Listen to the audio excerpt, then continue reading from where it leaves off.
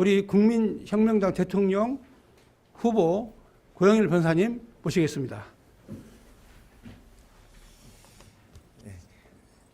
반갑습니다. 고영일 후보자입니다. 이 의사 전달의 편의를 위해서 저는 이제 잠시 마스크를 벗겠습니다. 그리고 코로나 확진이 돼서 코로나 치료를 위해서 10일간 치료를 받고 격리 해제가 됐기 때문에 저는 이 숫자를 셀 때 요즘 뭐 백신 패스를 할 때 패스 대상자에 해당되는 이제 항체가 형성된 사람입니다. 너무 걱정하지 마시고요. 제가 마스크를 벗었다고 해서 지금 여러 후보들이 나왔습니다. 특히 여당의 이재명 후보, 그리고 제1야당이라고 하는 윤석열 후보, 두 사람이 나와서 한 사람은 대장동 문제로 대장이 아파서 그런지 계속해서 문제가 있다고들 하면서 후보 교체를 얘기하고, 또 제1야당의 윤석열 후보 같은 경우에는 개인 신상, 특히 가족 문제로 인해서 요즘 굉장히 곤혹을 겪고 있는 걸로 알고 있습니다. 그러나 가장 중요한 대한민국의 문제, 그리고 민생의 문제에 대한 이런 정책적인 토론은 실종되어 있는 것을 우리가 보게 됩니다. 먼저 우리 국민혁명당은 왜 나왔느냐? 현재 대한민국이 처한 현실 때문에 나왔습니다. 대한민국의 많은 생명들이 죽어가고 있습니다. 즉 대한민국을 구성하는 국민의 생명이 죽어간다면 그 나라, 대한민국 자체, 나라가 죽어가고 있습니다. 마찬가지로 한국이 죽어가니까 세상이 죽어가고 있습니다. 하나님께서 대한민국에 맡겨주신 소명을 잃어버리기 때문에 세상이 죽어가고 있습니다. 궁극적으로는 영혼들이 죽어가고 있습니다. 이것 때문에 국민혁명당은 그 지향하는 목표점이 있습니다. 바로 생명을 살리는 정치, 나라를 살리는 정치, 그리고 세상을 살리는 정치, 영혼을 살리는 정치를 하기 위해서 우리 국민혁명당이 만들어진 것입니다.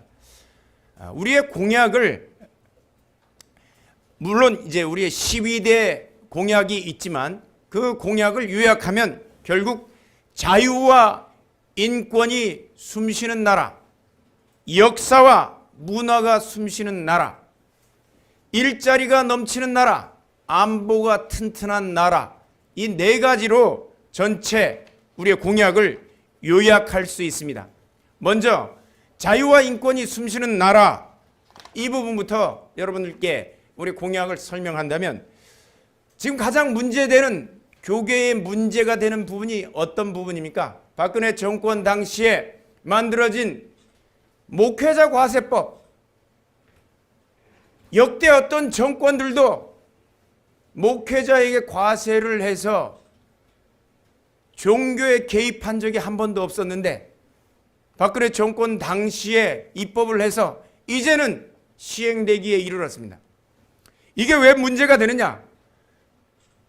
정치와 종교는 분리된다는 정교분리 원칙을 위배해서 정치가 종교계의 이 목회자 과세 문제를 통해서 대형교회 목회자들을 한순하게 붙잡고 있습니다. 툭하면 세금 문제로. 현재 전염병이 창궐한 상태에서 하얀 고무신을 신고 들어가는 사람은 정문에서 제지를 안 당하고 들어가고, 하얀 고무신에 이상한 세균이 있고 이물질이 있다고 얘기를 하면 못 들어가고, 세상에 어느 때인데 하얀 고무신만 신어야만 가게도 들어가고 심지어는 교회까지 들어갑니까?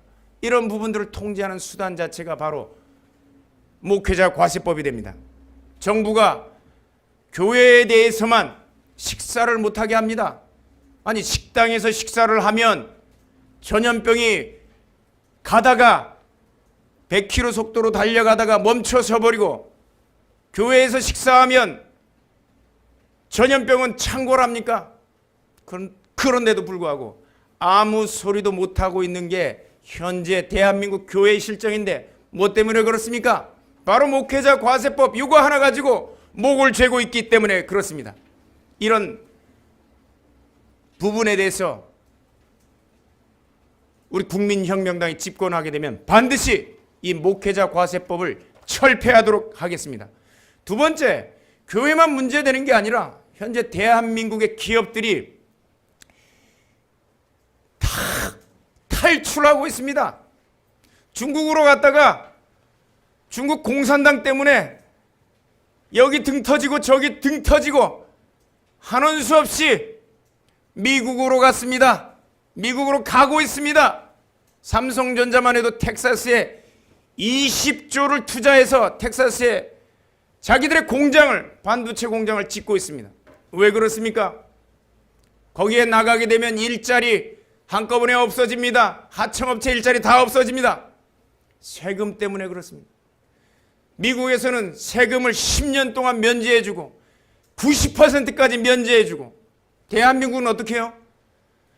기업인들을 가둬놓고 이런 일들이 다시금 벌어지지 않게끔 가장 전제가 되는 게 종부세, 증여세, 상속세, 세금들입니다. 세금들. 과거에는 부자의 재산을 강제로 뺏어서 나눠주면 다 환호했습니다. 그러나 이제는 우리가 이렇게 해서는 안 되는 겁니다. 가장 우리나라에서 유명한 콘돔 회사가 있었습니다. 전 세계에 가장 좋은 품질의 콘돔을 수출하는 굉장히 탄탄한 중소기업이었는데 기업주가 돌아가시자마자 그 기업은 2세들이 물려받은 게 아니라 제3자에게 넘어갔습니다. 왜 그렇습니까?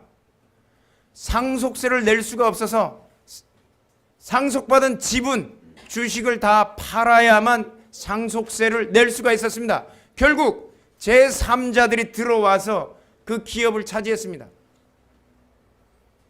삼성, 현대가는 계속해서 생존해서 잘 나가고 있는데 대우, 그 위대한 김우중 회장님이 만들었던 대우는 김우중 회장님도 돌아가시고, 대우는 무너진 이유를 여러분들은 아십니까?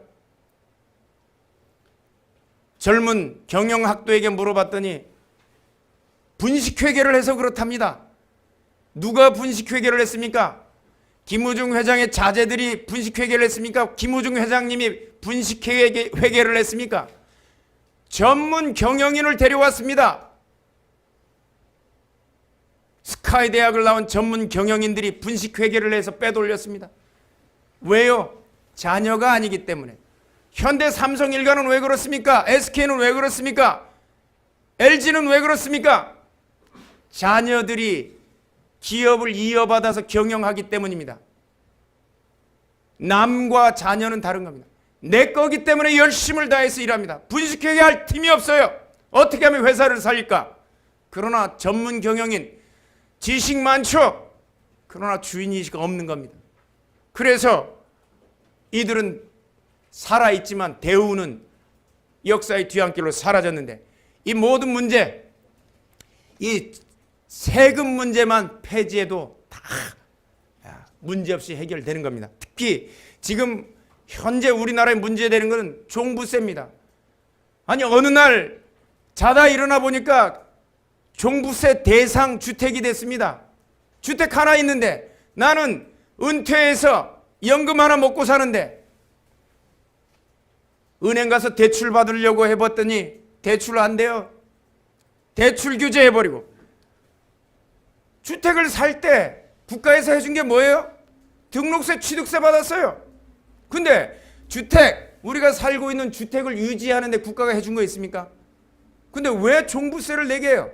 이거 다 폐지해야 됩니다. 그리고 상속세, 증여세 폐지하면 기업들이 계속해서 이어갈 수 있는 겁니다. 부담 없이. 그리고 양도소득세도 1가구 1주택자가 왜 양도소득세를 내요? 팔고 큰 데로 간다는데, 팔고 작은 데로 가서 돈 쓰겠다는데, 이런 부분들 세금으로부터 자유로운 나라 만들도록 하겠습니다. 두 번째 세금과 관련된 문제 중에서 또 문제되는 게 이중과세 문제입니다. 여러분, 이중과세, 휘발유 가격에 세금이 어느 만큼 들어가 있습니까? 실제 휘발유 가격은 40%밖에 안 됩니다. 우리가 일반적으로 누진세라고 하면 부자들은 많이 내고 가난한 사람들을, 서민들은 작게 내는 걸로 알고 있는데 이게 간접세입니다. 우리가 물건에 들어있는 세금들이 너무 많은 거예요. 이게 이중과세입니다. 그래서 100억 버는 사람도 휘발유 강남 가면 1,800원 내고 100만 원 버는 사람도 1,800원 내는 거예요. 리터당. 이런 부분들, 이중과세로 돼 있는 부분들 다 폐지하겠습니다. 그리고 부가가치세. 우리가 물건 살 때 여러분들 물건 가격의 10%를 우리 국민들이 부담하고 있습니다. 서민이나 부자나 다. 이런 부분들 이중과세 되는 부분인데, 과도한 세금이 결국 이 사람들이 주장하는 소득주도 경제 성장을 하기 위해서 걷어들이는 세금들인데, 그거 없애면, 세금 없애면 국민들은 열심히 벌어서 이 나라를 부강하게 만들 수 있는 것입니다. 아까 기업에 대해서 얘기했는데, 법인세 문제만 하더라도 법인세 마찬가지로 세율이, 최고 세율은 우리나라가 27.5%에 해당합니다. 그러나 선진국 OECD 평균은 22.9%입니다. 우리가 4% 정도 높습니다. 기업들은 어디로 갑니까? 세금이 낮은 곳, 비용이 낮은 곳으로 가게 됩니다. 대한민국 기업들은 계속해서 탈대한민국을 외치고 있습니다. 그러나 이 법인세 최고 세율을 19%로 낮추게 되면 밖으로 나갔던, 미국으로 갔던 기업들, 중국으로 갔던 기업들, 대한민국 새만금에 다 유치할 수 있습니다. 그러면 어떻게 해요? 일자리 세금 풀어서 우리 어르신들한테 휴지 줍게 안 해도 돼요. 기업은 알아서 세금이 낮은 곳에 와서 열심히 벌어서 국가에 세금을 내게 되는 겁니다. 두 번째 또 문제되는 것은 이 세금 중에서 개인소득세. 여러분들, 개인소득세가 10억 넘으면 얼만큼 내야 되는 줄 아십니까? 45%. 법인은 27.5%가 가장 큰 금액인데, 세율인데, 개인 사업자는 10억이 넘으면 45%를 떼갑니다. 이 개인 소득세도 20%로 이하로 세율을 조정해 버리겠습니다. 그러면 당당하게 벌고 당당하게 신고하고 살아가는 대한민국이 됩니다. 45%의 세금을 매기면 세금을 다 신고하겠습니까? 신고 안 합니다. 어떻게 하든 탈루해 버립니다. 이런 부분들이 20% 이하로 세율을 고정해 버리면 결국은 그 세금을 누락하는 일 없이 당당하게 세금을 신고하고 나머지 80% 가지고 살면 되는 겁니다. 이렇게 해서 국민 모두가 부자를 만들어주면 국가가 지원 안 해도 대한민국 사람들은 잘 삽니다. 대한민국이 잘 살게 된 게 문재인 대통령이 잘해서 우리 기업들이 잘 살아왔습니까? 기업들, 자영업자들, 우리 국민들이 열심히 일해서 대한민국이 잘 살게 된 겁니다. 마지막으로 여러 가지가 있겠지만 세금과 관련해서는 우리가 외국인에게 나가고 있는 세금을 전면 중단해야 됩니다. 우리 의료보험료, 그중에서 우리 국민들이 낸 의료보험 제도에 누가 혜택을 받고 있습니까? 외국인들이 혜택을 받고 있습니다. 최근 보도 내용에 따르면 중국인 한 사람이 의료보험료를 30억 원을 탔습니다. 여러분, 대한민국 국민들은 183일 이상 병원에 입원도 못합니다. 의료보험 혜택을 받을 수가 없어요. 최근 5년 6개월간 외국인이 보험료, 의료보험료를 수급한 금액이 3조 4천억입니다. 그 중에 2조 4천억을 중국인들이 가져갔습니다. 아니, 왜 우리가 낸 돈을 외국인들이 의료보험 혜택을 받아야 됩니까? 이 사람들의 지원되는 국민 의료보험을 전면 중단해서 우리 세금이 1원도 세지 않도록 하겠습니다. 그럼 외국인은 의료보험 혜택 보지 말란 말이냐? 이렇게 여러분들 질문할 수 있지만, 여러분, 민간 사보험 시장을 외국인들은 이용하도록 하면 그만입니다. 의료보험 사보험 시장이 얼마나 잘 되어 있습니까? 그건 개인이 가입해서 개인이 실비 보전 받으면 그만입니다. 대한민국 국민의 세금으로 보전되는 비용은 1%도 외국인에게 들어가지 않도록 처리하겠습니다. 특히 이중 국적자들에 대한 부분도 적성국가 이중 국적은 허용하지 않도록 해서 적성국가 국민들에게 이러한 외국인들에게 지급되는 세금 1원도 낭비되지 않도록 처리할 예정입니다. 나머지는 우리가 공약이 마스크로부터의 자유 이런 부분 여러 가지가 있지만 오늘은 이 정도 하고 외국인 범죄로부터의 자유 이런 내용들이 있지만 오늘은 세금 부분만 집중적으로 말씀을 드리도록 하겠습니다. 여기서 저희들이 공약에 대한 부분은 간단하게 마치도록 하겠습니다. 특별히 질문이 있으면 질문에 대해서 답변 드리도록 하겠습니다. 네. 예. 교육하시면 생각인데요. 예. 고후보님 그 정책 중에 이제 눈에 띄는 게 이제 세금 관련 부분, 예. 공급 관련 부분. 예. 예. 일단 세금 관련 부분에서 먼저 질문을 드리면, 예. 사업들의 세금 관련 정책을 보면은 세금을 대폭 높이고, 예. 그리고 지원을 대신 많이 해주겠다 사실 이런 거거든요. 예, 예, 예. 이것 때문에 일부에서는 이걸 포퓰리즘이라고 예. 생각하기도 하는데, 고후보님은 반대로 복지 정책은 그렇게 보이지 않지만 세금을 대폭 낮추겠다고 네, 네, 네. 말씀하시는 거예요. 예. 이런 정책이 타후보들과의 결정적으로 어떤 차이가 있는지를 좀 말씀해 주세요. 예, 타후보들은 현재 이 정책을 내는 세율을 높이고 복지를 이제 확대하겠다는 내용이지 않습니까? 이게 최근에 들어서고 있는 사회주의의 기류입니다. 세율을 높여서 국가의 영향력을 확대하는 게 좌파 이론의 아주 기초가 되는 부분인데 이 부분과 달리 저는 세율을 낮추고 국가의 이 사회에 대한 영향력을 줄이는 부분입니다. 그러니까 큰 정부를 지향하는 것과 작은 정부를 지향하는 것이라고 보면 됩니다. 타 후보들은 큰 정부를 지향하고 있습니다. 그리고 저는 작은 정부를 지향하고 있고 큰 정부를 유지하기 위해서는 세금이 많이 필요합니다. 그리고 공무원이 필요합니다. 단적인 가장 재밌는 얘기로 여러분 출산 장려수당을 우리가 저출산 장려수당을 40조 넘게 풀고 있습니다. 그리고 성인지 예산을 34조 정도를 풀고 있는데요. 이 두 개를 합치면 74조 정도가 되는데 여러분 이게 대한민국 저출산으로만 한정시켜보죠. 40조 예산을 대한민국 국민들에게 직접적으로 돌아가는 게 아니라 지원하는 형식의 이 세금이 쓰이고 있습니다. 40조를 작년 출산한 2020년에 우리나라가 27만 명 출산했습니다. 그러니까 30만 명으로 쳐서 30만 명에게 1인당 혜택을 주면 40조 금액은 1인당 1,100만 원씩 월 1,100만 원씩 지원할 수 있는 금액입니다.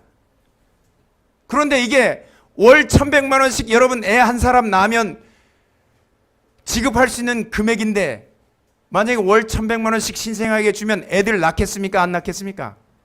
낳죠. 다 늦둥이 납니다. 근데 그 금액이 어떻게 직접 돌아간 거라고 여러분들 생각하십니까? 큰 정부는 누구에게 돈이 돌아간다? 공무원과 기관에게 돌아가는 겁니다. 결국 그 부담은 누가요? 다시 세금으로 국민들에게 역전이 되는 겁니다. 예컨대 아까 개인 소득제가 27.5%가 최대 금액이라고 했는데 45% 법인세는 27.5% 여러분 45 반을 걷어가 버린 거예요. 돈 주고 약 주고 병 주고 약 주고 그래서 이 부분은 세율을 감액해주고 세금을 감액해주고 국민들이 마음껏 영업할 수 있게 하면 세상은 국가가 지원 안 해도 더 잘 돌아가요.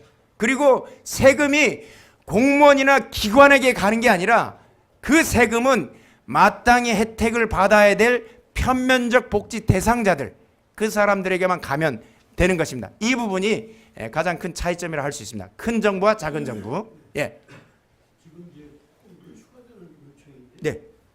그 세금을 늘려서 세원을 마련하는 거고 예. 무조건 이걸로 정확한 데이터가 예. 지금 말씀하시는 세금을 낮추고 예. 낮췄을 때 또 돌아갈 수 있는 그런 것들이 데이터가 나올 수 있을까요? 예, 그 부분은 수치적인 데이터는 저희들 그 정책실에서 준비를 하고 있습니다. 나중에 그런 말씀을 드리도록 하고요.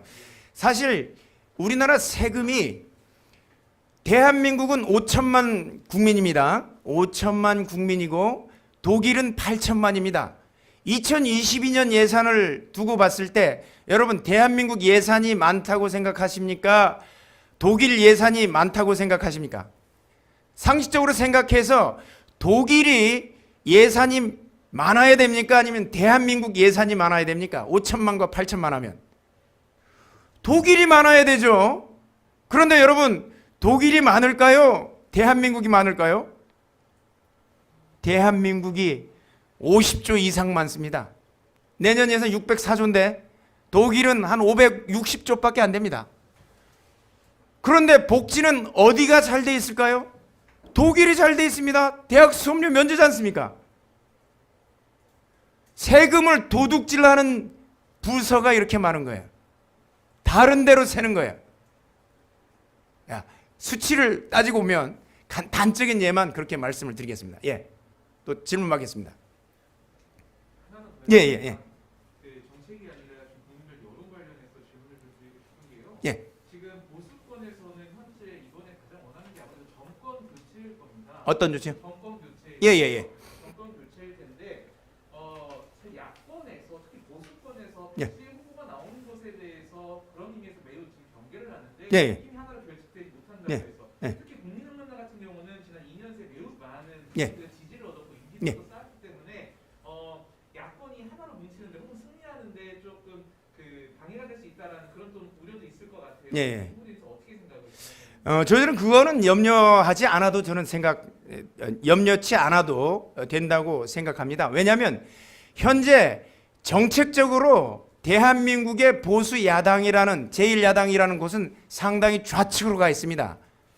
그런데 그거를 우측으로 끌고 와줄 수 있는 정당이 현재는 없는 겁니다.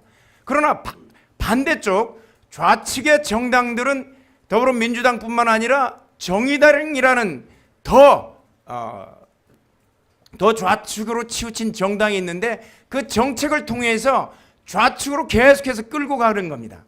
그래서 타협점을 찾으면 어떻게 해요? 중도에서 더 좌측으로 가 있는 거예요.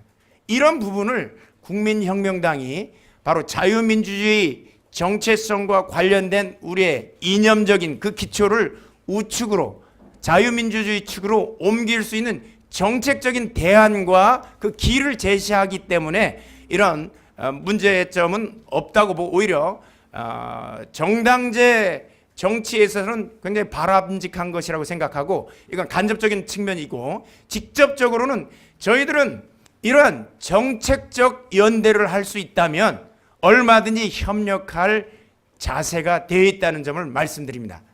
이런 정책을 받아들이고 그리고 그에 대해서 동의를 하면 저희들은 적극 협조할 것입니다. 예. 좀 비슷한 질문이 예. 있을 것 같은데요. 최근에 좀 제1야당의 예. 여론적인 실책으로 인해서 예. 좀 정권 교체에 대한 전망이 상당히 어두워지고 있는 예. 분위기인데 이것을 반전시킬 만한 그런 보관이 있으신지.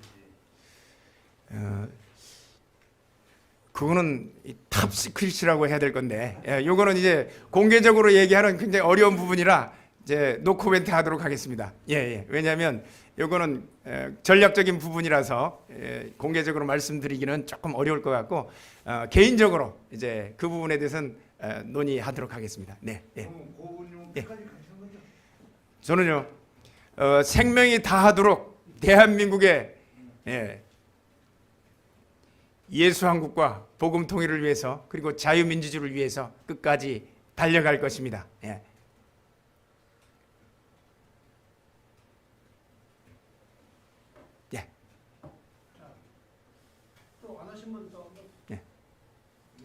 국장 그래서 정책이 통넓지 않고 그 경제 쪽으로 갔으니까 여기까지 해도 될 것 같아요. 예. 오늘 또 우리 그 교계 저 기자님들 오셨기 때문에 제가 여기까지만 하고요. 조금 다른 부분들은 이제 일반 기자님들하고 같이 왔을 때 제가 또 상세하게 그 말씀을 드리도록 하겠습니다. 예. 오늘 경제 딱이 정책 내용 보니까 가슴이 확 닿는데 아유 그렇습니다. 감사합니다. 저는 정확한데 예. 감사합니다. 예. 수고하셨습니다. 네. 자, 그러면 이것으로 우리 기독교계 우리 국장님들 모시고 특별 기자간담회 모든 순서를 마치도록 하겠습니다. 대단히 감사드립니다. 저기 부모님 잠깐 앞에 좀 쓰시죠. 예. 마이크 좀 닫고요. 안에 왜? 사진? 사진을 찍어요. 얘기 좀 하세요. 너무 많이 움직이셔서 아 지금 대한민국이 좀 그렇죠? 말 좀 하시라고.